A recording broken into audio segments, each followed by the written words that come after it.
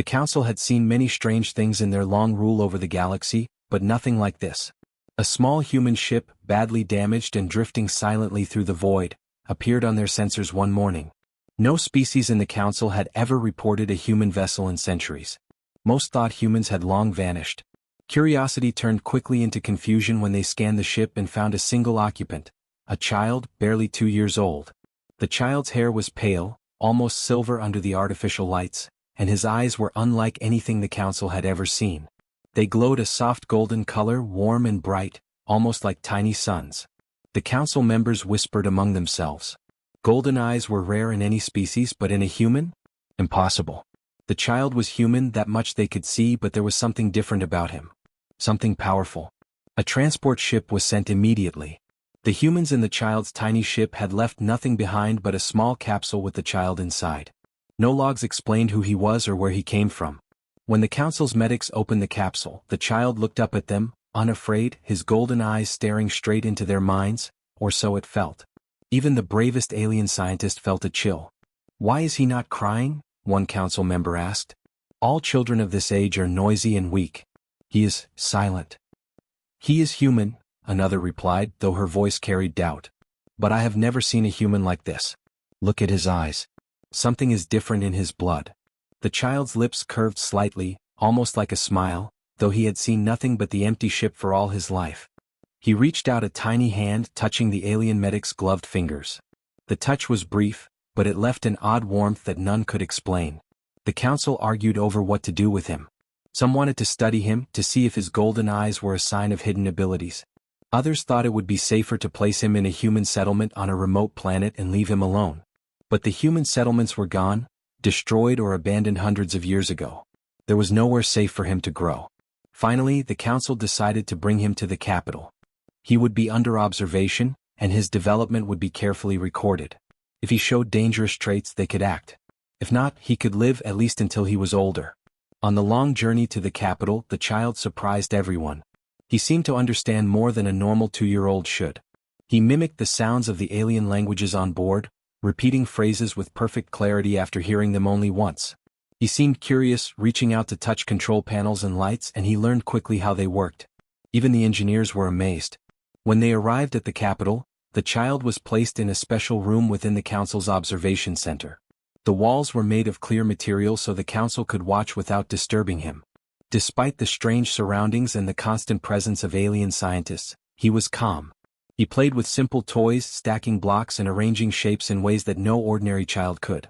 One evening, as the council members observed him, the child's eyes glowed brighter than usual. He had been staring at the stars projected on the ceiling of his room.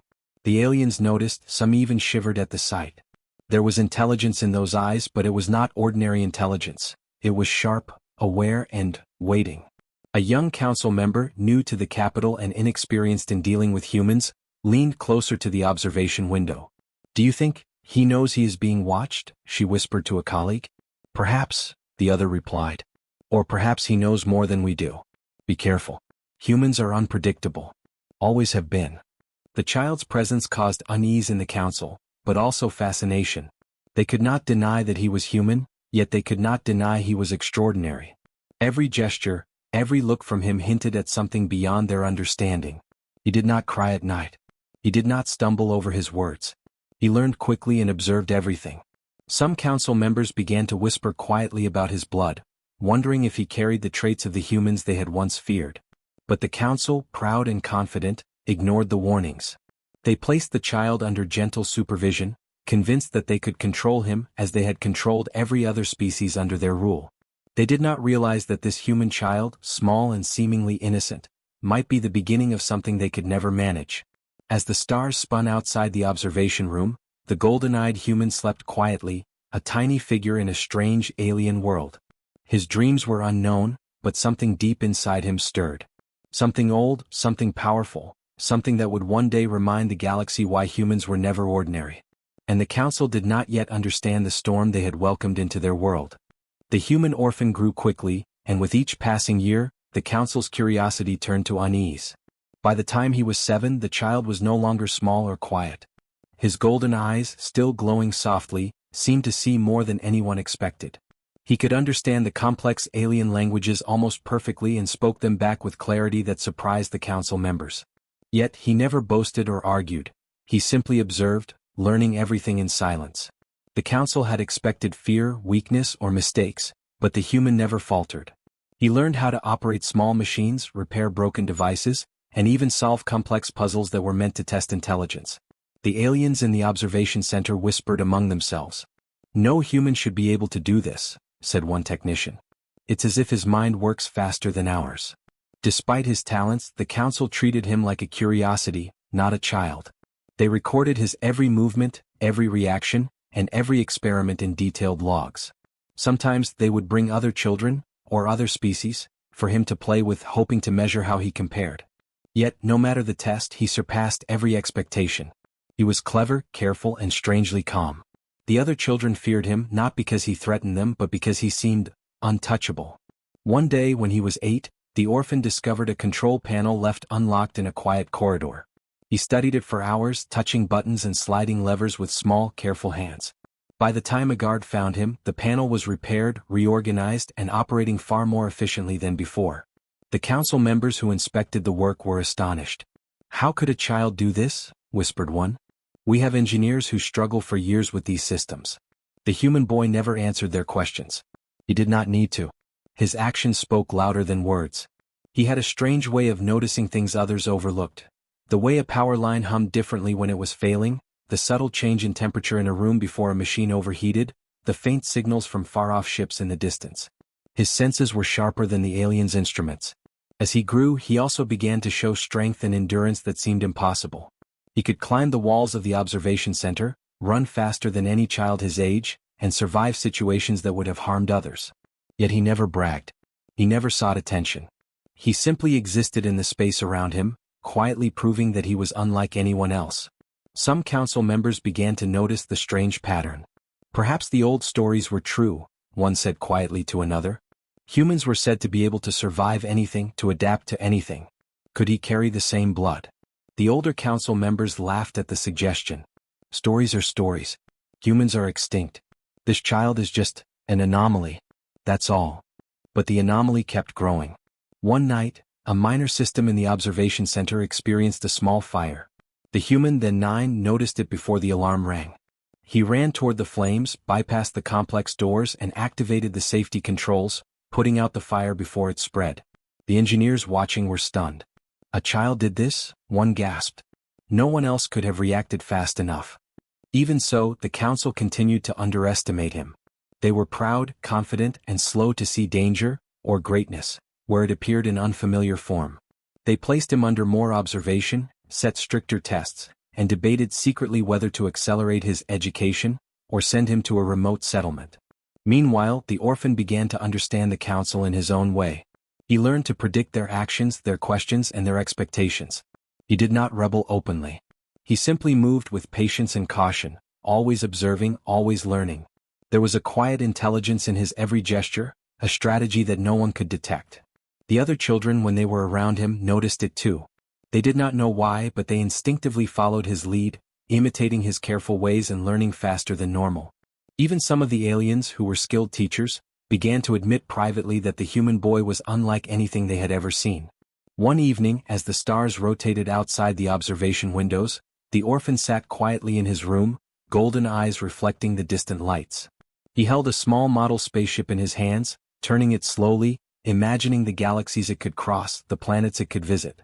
He had no family, no home, and yet he felt a quiet power within him, a knowledge he did not fully understand. The council continued their meetings, debating what to do. "We must understand him," they said. "We must control him." Yet, none of them realized that control was impossible. The human child was learning too quickly, adapting too fast. He was no longer just a human, he was something new, something the council could not predict. And as he looked at the stars, his golden eyes glimmered with curiosity and something else. Something older, something strong, something that would one day remind the galaxy why humans had never truly vanished. For now, he remained a quiet observer, a small figure in a vast alien world. But even in his silence, the council could feel the change he brought, though they did not yet know the full power of the blood he carried. By the time the human orphan was 12, the council had begun to notice something unusual. Reports of his abilities were no longer whispers. They were undeniable. He could repair complex machines faster than the best engineers, memorize entire libraries of information in days, and even predict certain system failures before they happened. The council tried to stay confident, telling themselves that humans were always clever, that this child was merely lucky, and that he could be controlled. But luck had nothing to do with it. The child's golden eyes seemed to notice everything, every small detail the council assumed no one would see. He could sense changes in the air pressure of a room, the faint vibrations from distant starships, and subtle shifts in the behavior of the aliens around him. He learned not only by watching but by understanding, absorbing knowledge in ways the council had never imagined. The council, proud and slow to fear, continued to treat him as a project, a curiosity to study rather than a being to respect. They created tests, puzzles, and simulations, all designed to measure the human's limits. They expected failure. They expected mistakes. And time and again he passed every test with ease. Sometimes he solved problems in ways the council had not even thought of, leaving them frustrated and confused. One day the council faced a crisis. A neighboring star system reported a rogue asteroid on a collision course with a densely populated colony. The council panicked. Their scientists calculated, recalculated, and argued, yet no solution seemed fast enough. It was clear they needed someone with quick thinking, adaptability, and a mind that could operate under pressure. Naturally, they turned to the human orphan. He was still small, still technically a child, but they believed he could provide suggestions. They did not expect him to solve the problem, only to assist. But when he examined the asteroid's trajectory and the colony's defenses, he spoke with calm certainty. He proposed a series of maneuvers to redirect the asteroid, using minimal energy and time. His calculations were faster than the council's supercomputers, and his strategy considered variables no one had noticed. The council followed his instructions, though reluctantly. The asteroid's path changed, diverting it safely from the colony. No lives were lost. The council members were stunned. Some were grateful, others embarrassed. They whispered that the child had been lucky, but a few began to fear what they did not understand. Still, the council refused to acknowledge the truth. The human's blood carried something exceptional. They had ancient knowledge that humans had once been genetically and mentally superior in certain ways, but they had dismissed it as myth. They had long believed humans were extinct, weak, and unremarkable. And yet, here was a single child proving all of their assumptions wrong. The human orphan did not celebrate his victory. He did not boast. He returned to his quiet corner of the observation center, his golden eyes reflecting the stars outside. He had already noticed the council's mistakes, their overconfidence, their arrogance, their blindness to his true potential. And he waited. Whispers began to spread among the minor council members. "He is not just a child," one said quietly. "He is different. There is something in his blood, something we do not understand." But the older leaders dismissed it. "He is human," one said. "Humans are clever. That is all. Do not let your imagination run wild." Meanwhile, the human's abilities continued to grow. He could solve mechanical problems, navigate complex simulations, and anticipate events before they happened. The council increased their testing, hoping to find weaknesses, but there were none. The human's resilience, intelligence, and adaptability seemed limitless. During one exercise, the council set up a simulated invasion. Multiple species were to attack a colony under his supervision. The human's role was only observational, to provide advice. Yet the child quickly identified vulnerabilities in the simulation, suggested defenses the aliens had overlooked, and coordinated strategies that led to a perfect defense. Every participant was amazed. Some minor council members began to speak privately of fear. "If he is like this now, imagine him grown. Imagine what he could do." But the council leaders ignored them. They were proud, confident, and arrogant. They assumed humans could be controlled, studied, and measured. They assumed the child was nothing more than a prodigy, a curiosity to entertain them. The orphan, however, understood differently. He understood the council's blindness, their arrogance, and their inability to see the full picture. He saw how they underestimated him, how they assumed he would always remain small, weak, and obedient. He also began to realize the power within his own blood, the strength of his ancestors, and the legacy of human resilience. One night, as the council rested, the human wandered quietly through the observation center. He paused by a window looking out at the stars. His golden eyes glimmered, reflecting distant suns, planets, and uncharted territories. He had learned to wait, to observe, and to prepare. He had learned to adapt. And he had learned that the Council, despite all their intelligence, had made a mistake they would soon regret. For now they remained unaware of the storm approaching. They believed they were in control. They believed the human orphan was merely a child, an anomaly, a curiosity. But the child's eyes, glowing softly in the darkness, hinted at something far greater. A quiet intelligence, patience, and power that would one day challenge the Council's arrogance, and remind the galaxy why humans could never be ignored.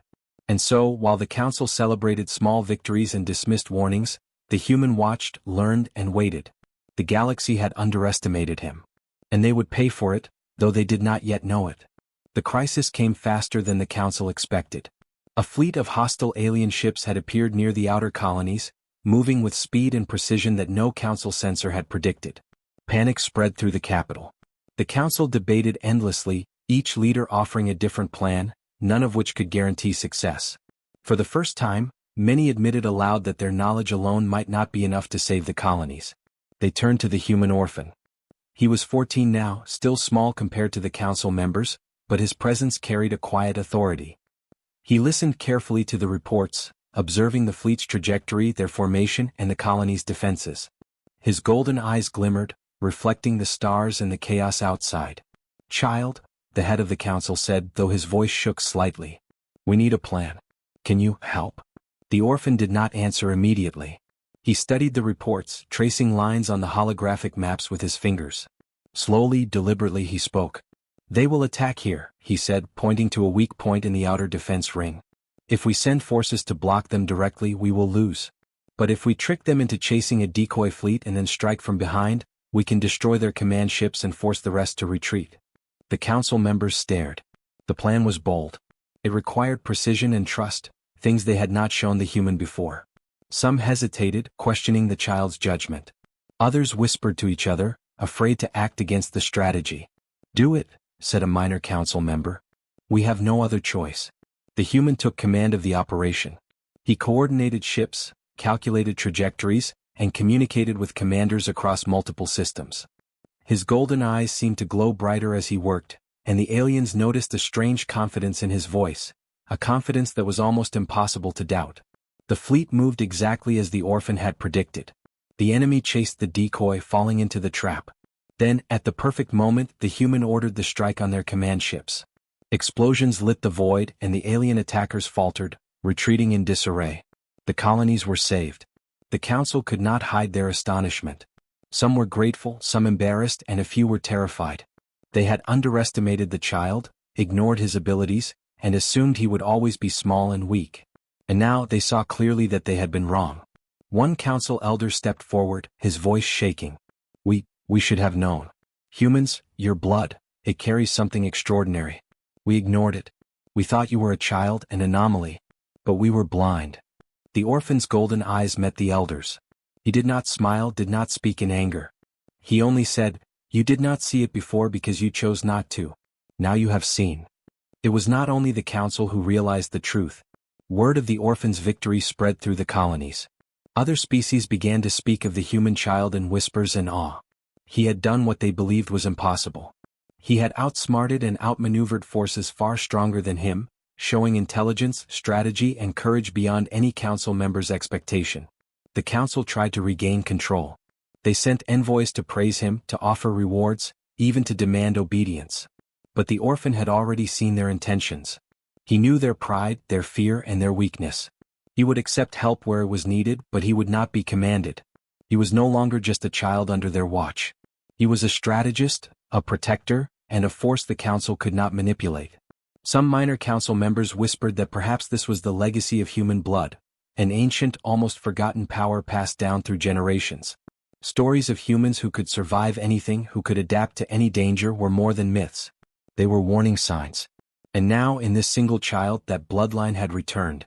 The orphan did not think about legacy. He thought about the stars, the colonies, and the future. He knew the Council had been blind, and he understood that their arrogance had almost cost countless lives. But he also knew that he had an opportunity. He could guide, protect, and shape the future, not for control but for survival and progress. That night, as the stars spun outside his observation room, the human sat quietly. His golden eyes reflected distant suns, alien ships, and countless possibilities. He had proven the council wrong, shown them the power of human potential, and saved lives that they had thought were lost. But he also knew this was only the beginning. The council had realized too late the truth about his blood, his mind, and his abilities. And in the quiet, golden glow of his eyes, there was a promise. A promise that humans were never weak, never ordinary, and never to be underestimated. The galaxy had seen the first real sign of a human who could change everything. And the council had no choice but to watch. The council had never felt so small. The human orphan, now 15, stood on the observation deck overlooking the capital city. His golden eyes reflected the lights of distant ships and the glow of countless stars. The council had learned their lesson too late. They had underestimated him, ignored the warnings, and assumed a child could never challenge their authority. Now there was no question, this human was different. They sent envoys full of formal words and hollow praise, hoping to bring him under their control. "You have done extraordinary things," one said. "The council wishes to honor you and offer guidance for your future. You will be protected, and your talents, directed for the good of all." The human listened quietly, his gaze steady and unflinching. He did not speak at first. He did not smile. He simply observed them as they struggled to hide fear and pride, arrogance and doubt, all tangled together. Then in a calm voice he said, "I do not need guidance. I do not need protection. I will decide my own path." Murmurs spread through the council chamber. Some envoys were shocked, others whispered nervously among themselves. The human had not only saved the colonies but had also made it clear that he would not be commanded. No one in the council had anticipated this. Over the next weeks, the orphan began to act. He traveled quietly among the colonies, observing, learning, and helping. He repaired damaged stations, improved systems, and even mediated disputes between alien species. Everywhere he went, he left a mark. The aliens began to notice a pattern. This small human with glowing golden eyes carried a power that could not be measured by technology or force. The council tried to intervene. They sent fleets, officials, and advisors, insisting he follow their orders. But the human anticipated every move. He did not resist violently. He simply moved faster, thought ahead, and adapted. No trap could hold him. No command could bind him. Every attempt to control him failed. It was then that some council members began to whisper truths they had never dared speak aloud. "He is of the old blood," one said quietly to another. "The humans of legend, the ones who survived everything, adapted to every danger. It was said they would rise again. Perhaps this is the sign." Even the oldest elders who had scoffed at such stories for decades could not deny it. There was a strength in this human that went beyond intellect or skill. There was resilience, courage, and creativity woven into his very being. The golden eyes were a mark, yes, but the true power lay in the blood, the legacy of humans who had never truly vanished. The orphan did not seek glory. He did not demand recognition.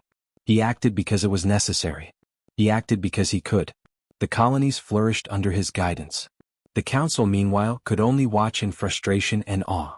They had once believed they controlled the galaxy, but now they realized that their arrogance had blinded them. Humans, even a single human, could change everything.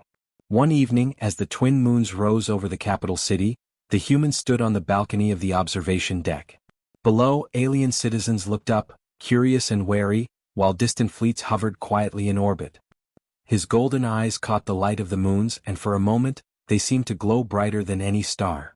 A council envoy approached cautiously. "Child, we mean no harm," he said. "We only wish to cooperate."